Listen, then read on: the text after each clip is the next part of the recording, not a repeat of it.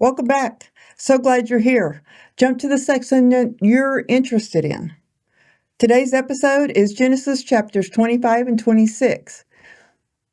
Let's get started. Now Abraham took another wife, whose name was Keturah, and she bore to him Zimran and Jokshan and Medan and Midian and Ishbak and Shuah. Now Jokshan was the father of Sheba and Dedan, and the sons of Dedan were Asheri and Letashim and Leomim. And the sons of Midian were Ephah and Ipher and Hanok and Abidah and Eldah. All these were the sons of Keturah. And Abraham gave all that he had to Isaac. But to the sons of the concubines which Abraham had, Abraham gave gifts while he was still living. And he sent them away from his son Isaac eastward, to the land of the east. These are the days of the years of Abraham's life that he lived, 175 years. And Abraham breathed his last and died in a good old age, an old man and full of days. And he was gathered to his people. Then his sons Isaac and Ishmael buried him in the field of Ephron, and the son of Zohar, the Hittite, facing Mamre, the field which Abraham bought from the sons of Heth. There Abraham was buried with Sarah his wife. Now it happened after the death of Abraham that God blessed his son Isaac, and Isaac lived by Beer-lahai. Now these are the generations of Ishmael, Abraham's son, whom Hagar the Egyptian, Sarah's servant woman, bore to Abraham. And these are the names of the sons of Ishmael, by their names, in the order of their birth: Nebaioth, the firstborn of Ishmael, and Kedar, and Adbeel, and Mibzan, and Mishma, and Dumah, and Massa, Hadad, and Temer, Jeter, Naphesh, and Kedemah. These are the sons of Ishmael, and these are their names by their villages and by their camps, 12 princes according to their tribes. These are the years of the life of Ishmael, 137 years, and he breathed his last and died and was gathered to his people. And they dwelt from Havilah to Shur, which is east of Egypt, as one goes towards Assyria. He settled in the face of all his brothers. Now these are the generations of Isaac, Abraham's son. And Abraham became the father of Isaac, and Isaac was 40 years old when he took Rebekah, the daughter of Bethuel, the Araman, and Paddan Aram, the sister of Laban, the Araman, to be his wife. And Isaac entreated the Lord on behalf of his wife, because she was barren, and the Lord was moved by his entreaty. So Rebekah his wife conceived, but the children struggled together within her. And she said, "If it is so, why then am I this way?" So she went to inquire of the Lord, and the Lord said to her, "Two nations are in your womb, and two peoples will be separated from your body, and one people shall be stronger than the other, and the older shall serve the younger." And her days to give birth were fulfilled, and behold, there were twins in her womb. And the first came forth red, all over like a hairy garment. And they named him Esau. Afterward, his brother came forth with his hand holding on to Esau's heel. So his name was called Jacob. And Isaac was 60 years old when she gave birth to them. And the boys grew up. Esau became a skilled hunter, a man of the field, but Jacob was a peaceful man, living in tents. Isaac loved Esau because he had an appetite for hunted game, but Rebekah loved Jacob. And Jacob had cooked stew, and Esau came in from the field, and he was famished. Then Esau said to Jacob, "Please give me a swallow from the red stuff. This red stuff, for I am famished." Therefore his name was called Edom. But Jacob said, "First sell me your birthright." And Esau said, "Behold, I am about to die. So what use then is this birthright to me?" And Jacob said, "First swear to me." So he swore to him and sold his birthright to Jacob. So Jacob gave Esau bread and lentil stew, and he ate and drank and rose and went away. Thus Esau despised his birthright. Chapter 26. Now there was a famine in the land besides the previous famine that had occurred in the days of Abraham. So Isaac went to Gerar, the Abimelech, king of the Philistines. And the Lord appeared to him and said, "Do not go down to Egypt. Dwell in the land of which I shall tell you. Sojourn in this land, and I will be with you and bless you. For to you and to your seed I will give all of these lands, and I will establish the oath which I swore to your father Abraham. And I will multiply your seed as the stars of heaven, and I will give your seed all these lands. And by your seed all the nations of the earth shall be blessed, because Abraham listened to my voice and kept my charge, my commandments, my statutes, and my laws." So Isaac lived in Gerar. Then the men of the place asked about his wife. And he said, "She is my sister." For he was afraid to say, "my wife," thinking, lest the men of the place kill me on account of Rebekah, for she is beautiful in appearance. Now it happened, when he had been there a long time, that Abimelech, king of the Philistines, looked out through a window and saw, and behold, Isaac was caressing his wife Rebekah. Then Abimelech called Isaac and said, "Behold, surely she is your wife. How did you say, 'She is my sister'?" And Isaac said to him, "Because I said, lest I die on account of her." And Abimelech said, "What is this you have done to us? One of the people might easily have lain with your wife, and you would have brought guilt upon us." So Abimelech commanded all the people, saying, "He who touches this man or his wife shall surely be put to death." And Isaac sowed in that land and reaped in the same year 100-fold. And the Lord blessed him. And the man became great and continued to grow greater until he became very great. And he had possessions of flocks and possessions of herds and many servants, so that the Philistines were jealous of him. Now all the wells which his father's servants had dug in the days of Abraham, his father, the Philistines stopped up by filling them with earth. Then Abimelech said to Isaac, "Go away from us, for you are too mighty for us." And Isaac departed from there and camped in the valley of Gerar and settled there. Then Isaac dug again the wells of the water which had been dug in the days of his father Abraham. But the Philistines had stopped them up after the death of Abraham, and he called them by the same names by which his father had called them. Then Isaac's servants dug in the valley and found there a well of flowing water. And the herdsmen of Gerar contended with the herdsmen of Isaac, saying, "The water is ours." So he named the well Esek, because they quarreled with him. Then they dug another well, and they contended over it also. So he called it Sitnah. Then he moved away from there and dug another well, and they did not contend over it. So he named it Rehoboth. And he said, "At last the Lord has made room for us, and we will be fruitful in the land."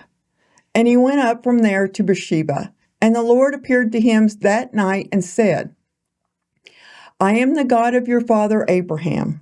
Do not fear, for I am with you. I will bless you and multiply your seed for the sake of my servant Abraham."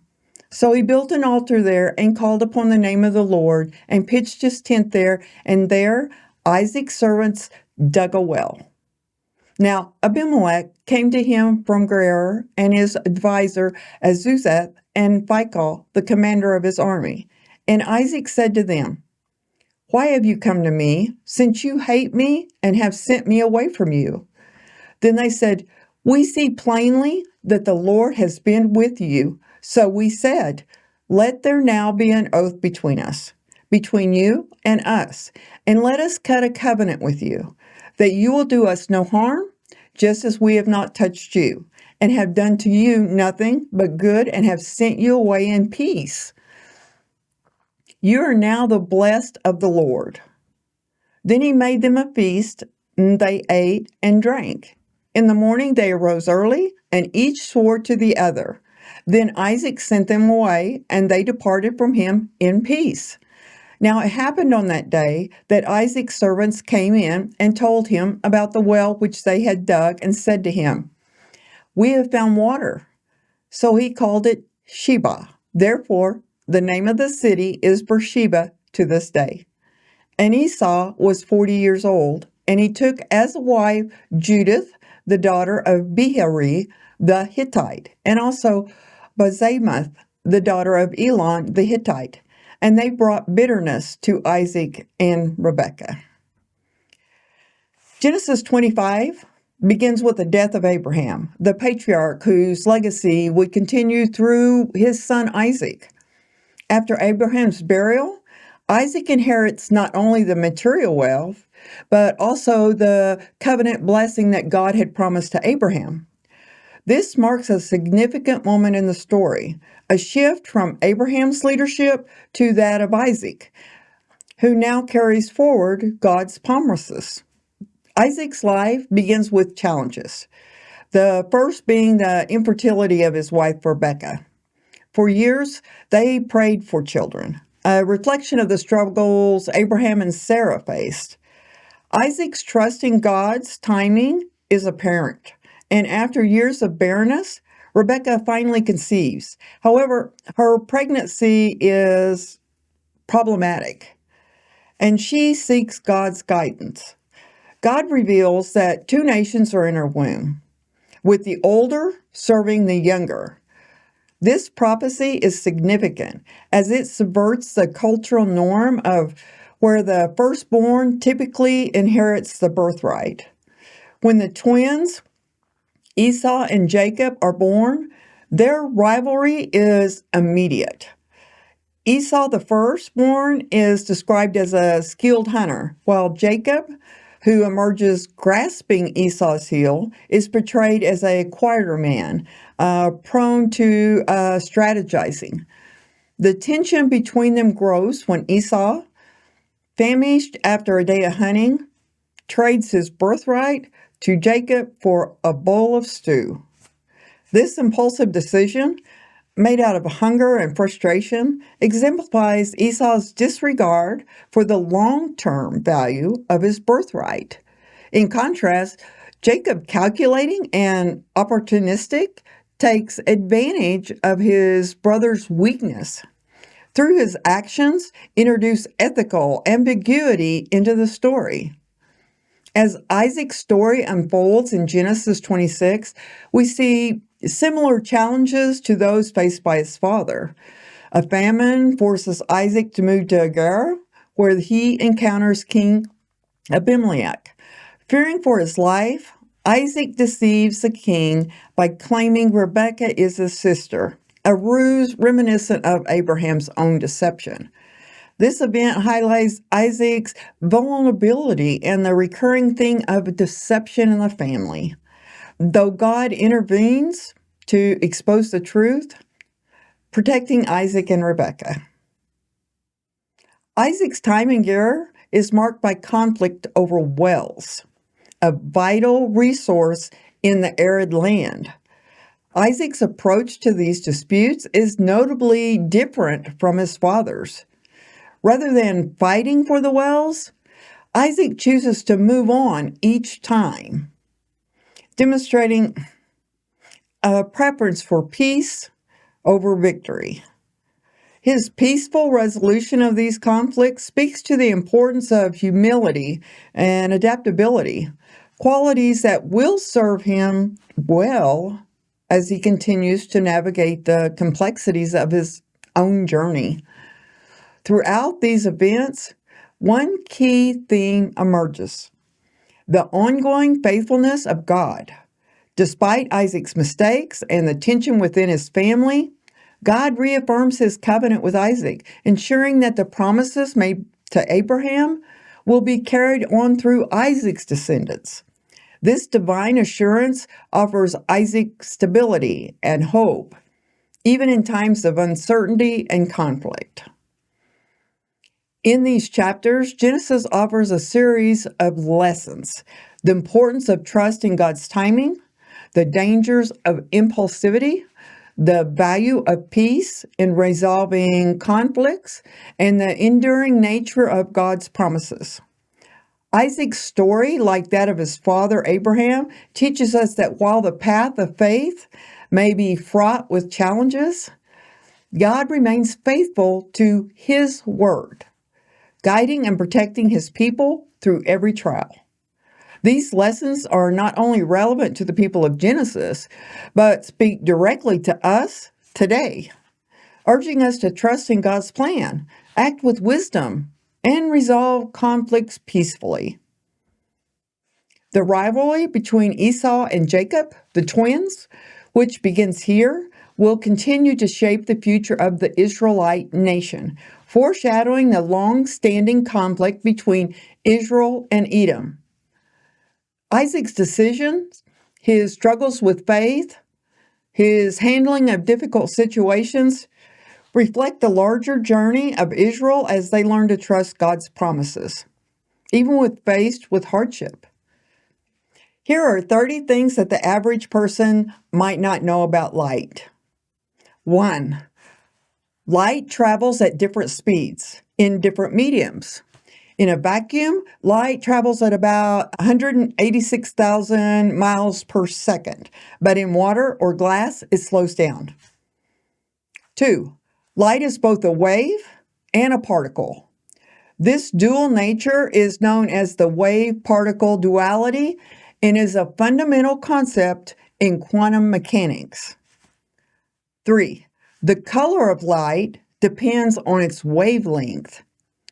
Red light has the longest wavelength, while violet light has the shortest. 4. Light can be bent. This phenomenon is called refraction, which occurs when light passes through a medium with a different density. 5. White light is a combination of all colors. When passed through a prism, white light splits into visible spectrum like the rainbow. 6. There are forms of light beyond the visible spectrum. Ultraviolet, UV, and infrared, IR light, for example, are invisible to the human eye but can be detected with special tools. 7.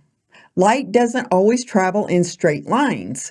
It can bend around objects through a process called diffraction. 8. Light can be polarized, meaning its waves vibrate in one direction. Polarized lenses, like those in sunglasses, can block certain orientations of light. 9. The speed of light is a cosmic constant. Nothing in the universe can travel faster than the speed of light in a vacuum. 10. The concept of a photon refers to a particle of light. Photons have no rest mass, but they carry energy and momentum. 11. Darkness is not the opposite of light. Darkness is simply the absence of visible light. 12. The sun emits more than just visible light. It produces UV, infrared, and other types of electromagnetic radiation. 13. Light from the sun takes about 8 minutes and 20 seconds to reach Earth. 14. Lasers are a highly focused form of light. They emit light that is coherent. All waves are aligned and monochromatic, one color. 15. Light can be bent by gravity. This is called gravitational lensing, and it's used by astronomers to observe distant objects in space. 16. A laser pointer is more dangerous than it seems. If pointed directly at the eye, even a small laser can damage the retina. 17. Plants see light. They use light to power photosynthesis, the process that allows them to create food from sunlight. 18. We see colors because of how light interacts with objects. Different wavelengths of light are absorbed or reflected by materials, and we only perceive the reflected light. 19. The color of the sky is due to Rayleigh scattering. Shorter blue wavelengths scatter more than longer red wavelengths, making the sky appear blue. 20. Light can be bent to create cloaking effects. Research into invisibility cloaks use metametals to bend light around an object, making it invisible. 21. Incandescent bulbs are inefficient because they emit a lot of heat in addition to light. They use more electricity because they not only use energy, they emit energy. 22. Light can be used to measure time. The concept of a light year is a measure of distance, but light itself is often used in time measurement, such as in atomic clocks. 23. Bioluminescence is light produced by living organisms. Fireflies, certain types of jellyfish, and deep sea fish all produce light through chemical reactions. Also, at the moment a human is created, a flash of light is emitted. 24. Light behaves differently in different wavelengths. Some wavelengths can pass through materials like glass, while others, such as X-rays, can go through solid objects. 25. Light can be used to transmit data. Fiber optic cables use light pulses to carry data over long distances at high speeds. 26. Some animals can see in the ultraviolet spectrum. For example, birds and insects like bees can detect UV light, which is invisible to humans. 27. Lightning is a form of light. It occurs when charged particles in the atmosphere discharge, emitting bright flashes of light. 28. Light can change an object's properties. For example, some materials like photochromatic lenses change their color when exposed to UV light. 29. Light influences the circadian rhythm. It helps regulate sleep-wake cycles with exposure to natural light in the morning, promoting alertness. 30. Artificial light can affect human health. Excessive exposure to artificial light, especially blue light from screens, can disrupt your sleep patterns and cause eye strain. Now, I want to take many of these aspects of light and show how light and God are related. 1. Light travels at different speeds in different mediums. Just as light behaves differently in various mediums, God's presence is understood to be omnipresent, but experienced in different ways depending on the circumstances and the individual's openness to Him. God's interaction with the world can be felt in many forms, sometimes in quiet whispers, sometimes in powerful manifestations. 2. Light is both a wave and a particle. Like light's dual nature, God is described in the Bible as both fully transcendent, beyond human understanding, and immanent, closely involved in this world. This duality can be mirrored in the Christian understanding of the Holy Trinity. God is both one and three, Father, Son, and Holy Spirit. 3. White light is a combination of all colors. God is the source of all creation, the origin of everything good. God encompasses all attributes of goodness, mercy, and love. And in the same way that white light combines all colors, God's nature embodies all virtues, and God's humans come in all colors. 4. There are forms of light beyond the visible spectrum. This mirrors the idea that God's presence and influence extend beyond what can be seen with the human eye. God's actions and plans are often beyond human comprehension or visibility, but they still impact the world in profound, unseen ways. 5. Light doesn't always travel in straight lines. God's plans and workings are often mysterious and not always easily understood. Like light that bends or refracts, God's methods and purposes can sometimes take unexpected turns, challenging human expectations. 6. Light can be polarized. In the same way light can be polarized, God's truth can be interpreted in many different ways, depending on one's heart and perspective. Some people may see the light of God's truth clearly, while others may have a distorted view, influenced by their own biases or experiences. 7. Light is a cosmic constant. Just as light is unchanging in its speed and behavior, God is constant and unchanging also. He is eternal, with no beginning or end, and is always faithful and reliable. 8.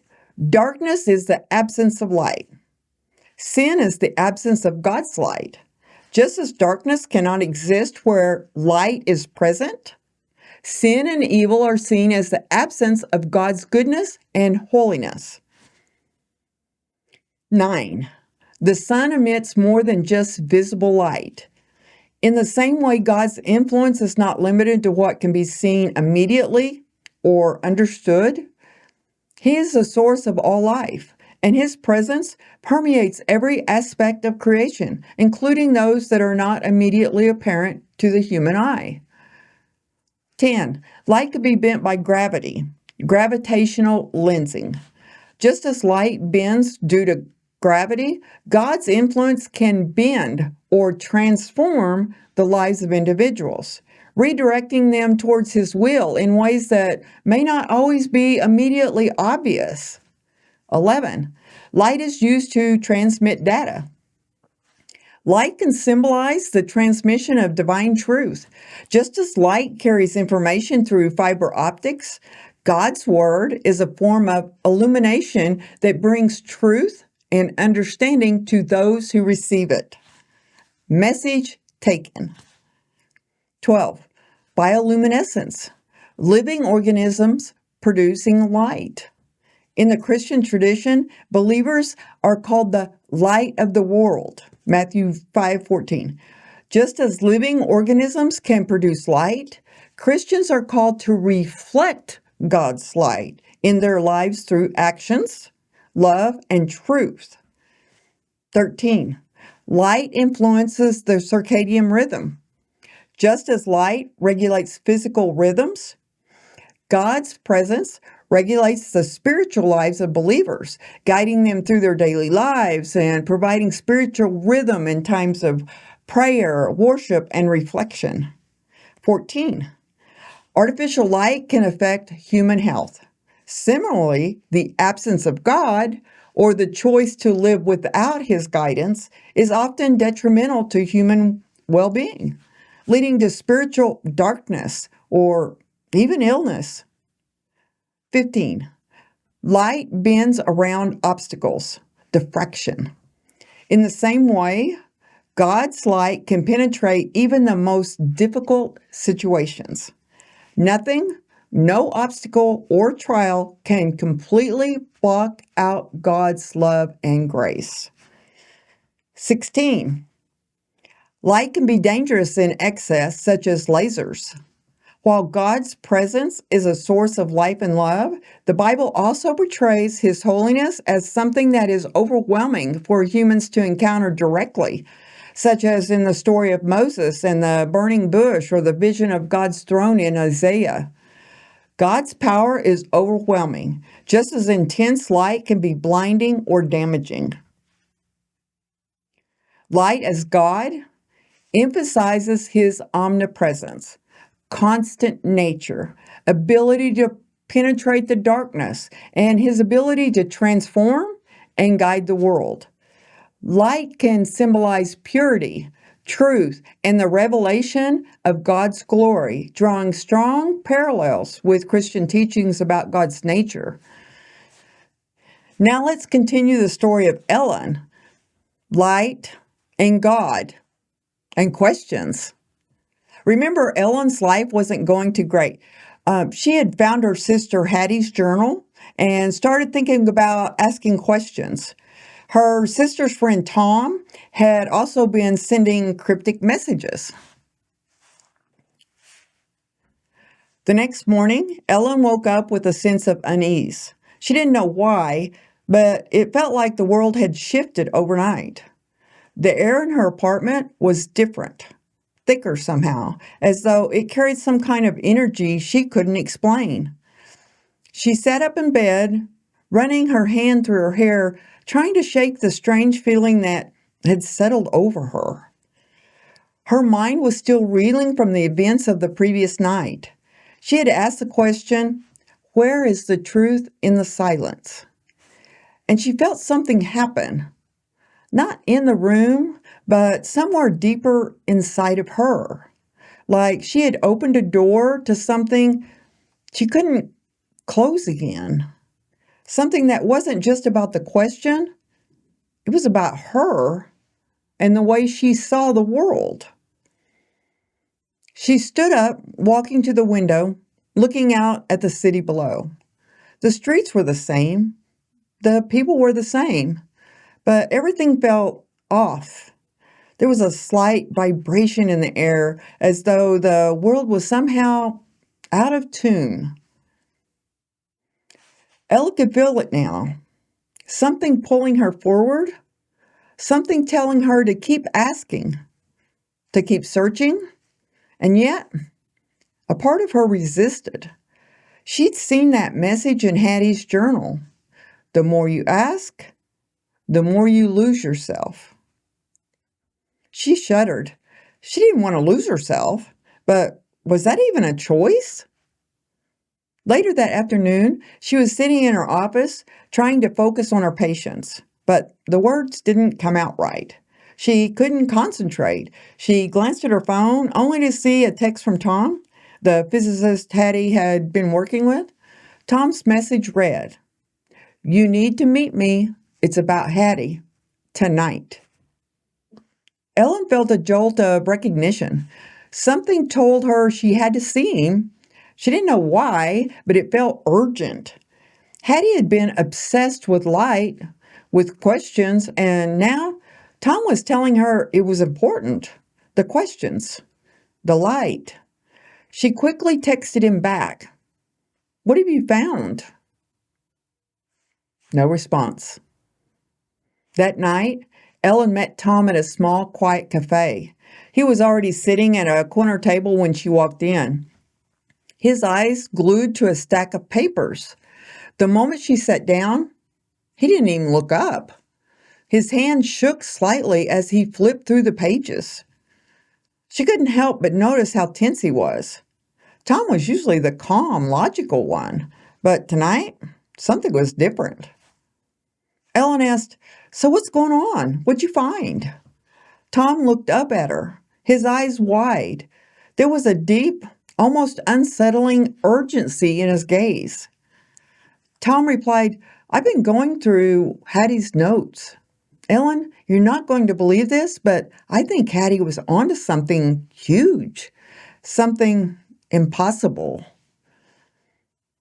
Ellen asked quietly, "Impossible? What do you mean?" He slid a piece of paper toward her, filled with complicated equations and strange symbols. At the top, Hattie had written a phrase. The universe responds to the questions we ask. It changes depending on how we observe it.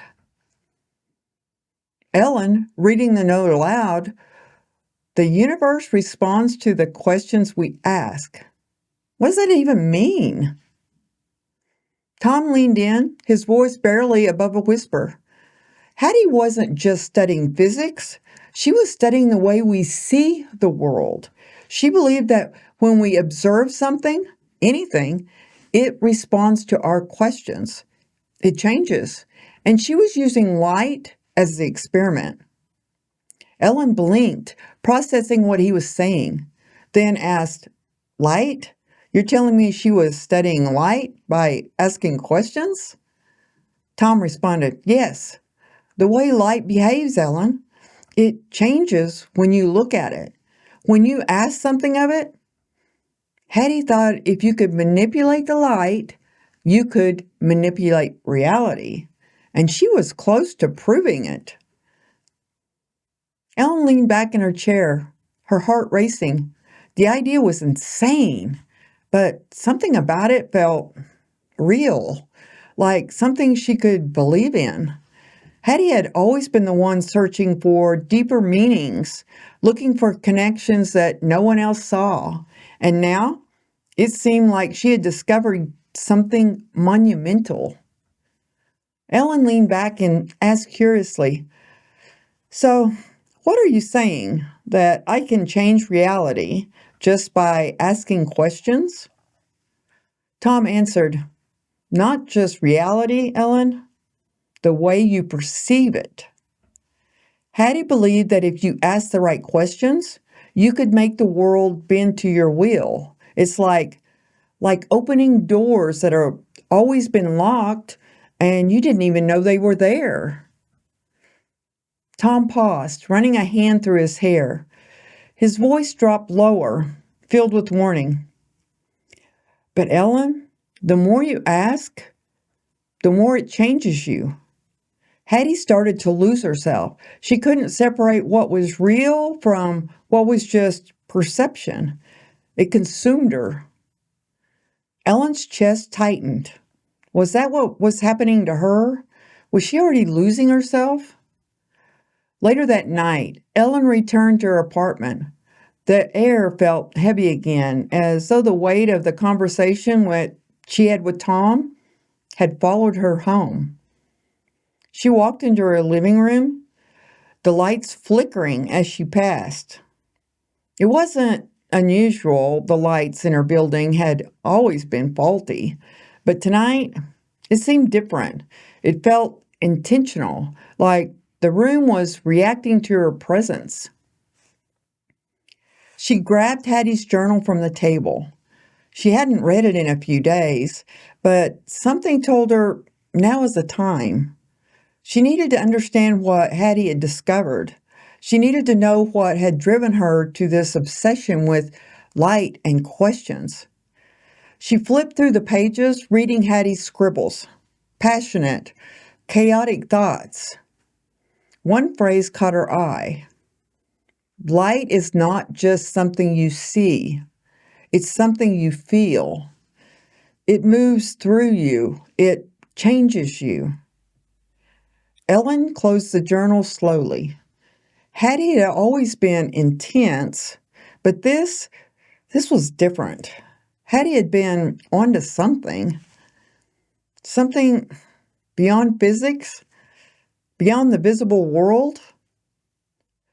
Could it be that light itself, the thing that makes the world visible, was actually alive in some way?